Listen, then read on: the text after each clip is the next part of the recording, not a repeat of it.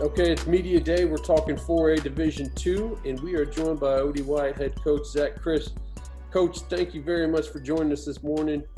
We want to dive right into this district because last year it was Grapevine, and then there's a little bit of distance, and then everybody else. And what do you think the Fort Worth teams have to do, and OD Wyatt and specifically to catch up to Grapevine and maybe grab a playoff spot as well? It had a lot to do with experience. A lot of our teams were inexperienced teams. I mean, speaking of mine, I started 7 freshmen last year. With COVID being in, numbers played a big role in everything that happened last year. And a lot of our schools' numbers were down. But just judging by the spring and talking to the other coaches in Fort Worth, our numbers are going back up. We have a good prospect for next year, and we look at being more competitive next year.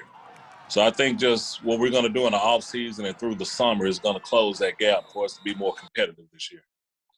Yeah, you talk about getting experience and taking your lumps. Y'all did get all 10 of your games in, which a lot of teams can't really say. But Right. Granted, you only got the one win. However, talk about more about how you teach these guys up after the losses they took last year and build that into this year's team. Well, we did that as the season went along last year. We always looked for the teaching moments and the learning experience of the loss. And those kids all year long, they did a good job of accepting what the game brought. I mean, like I said, I started 7 freshmen, 6 sophomores last year. Very few of the kids that we had on the field last year had any varsity experience. So that's why I said we took every game as a learning experience. We came back and worked the next week, not to necessarily spend all our time preparing for the next opponent, but we went back and fixed those things that went wrong as the weeks went throughout the season. Now, our focus in the spring has been to make sure that those things we talked about in the fall, that they're still tightened down, that we can move forward from this point. Because what I've always told the kids is we can't go backwards. We have to go forward from this point. Excellent. And you talked to one of the freshmen you threw out there was the leader, the quarterback, right? The big time position. And Cade Barrett has been getting a lot of recognition just for his raw talents here as a freshman. Talk about how you feel about that player in general, and then how he might progress through his next 3 years, because you got him for a 4-year starter, it looks like. Oh, yeah. I feel great about Cade. He's going to be one of the best quarterbacks that not only we had at OD Wyatt High School. Cade is going to be one of the best quarterbacks ever come out of Fort Worth and the DFW area. He has a big-time arm. Cade threw for 2,000 yards last year.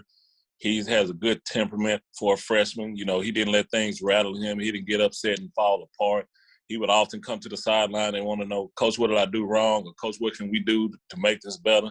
Towards the end of the season, he started to do those quarterback things like lead the team, come over to, hey, Coach, I see this, and let us know what he's starting to see. And at that point, we knew that he had the makings of being a great quarterback, because he does want to be a leader. He does want to do the job right, and he does work hard. Like I say, he's a two-sport guy. Cade plays football.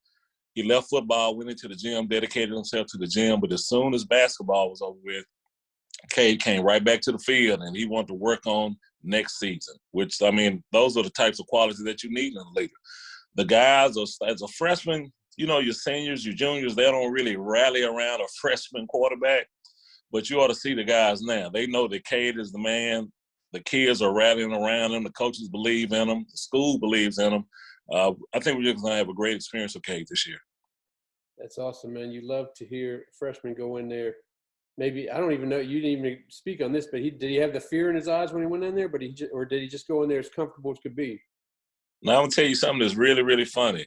With Cade coming in as a freshman last year out of middle school, we try to bring those guys in first to try to get them acclimated by themselves. And Cade, from day one, took that to mean that he was a starting varsity quarterback. He just kind of stepped into the role. And, you know, we had some other guys, and we would have to tell Cade, look, man, you a freshman. We have other guys that's been in this program, been working. But he would always, you say, hey, come on, I need a quarterback. Cade was always the first one to pop up. But that's translated into the season, and he ended up being the guy. Man, you love to hear that. You love to hear that.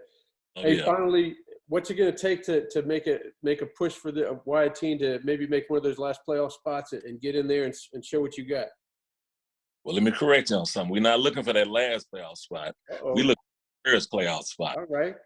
It's been our goal. We set our goal at the end of last season that we want to beat Grapevine. We don't want to be Fort Worth good. We want to be able to beat those schools that are considered good schools outside of Fort Worth.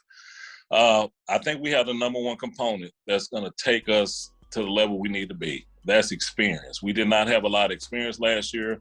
My O-line was inexperienced last year. I have all my linemen back, quarterback with experience, running back with experience, defensive players with experience. So I think that's going to close the gap for us this year. Heck, you got me hyped up now. You can't teach experience, so we'll be out there to catch you this season, and good luck, and thank you for joining us today. All right, I appreciate you. Thank you.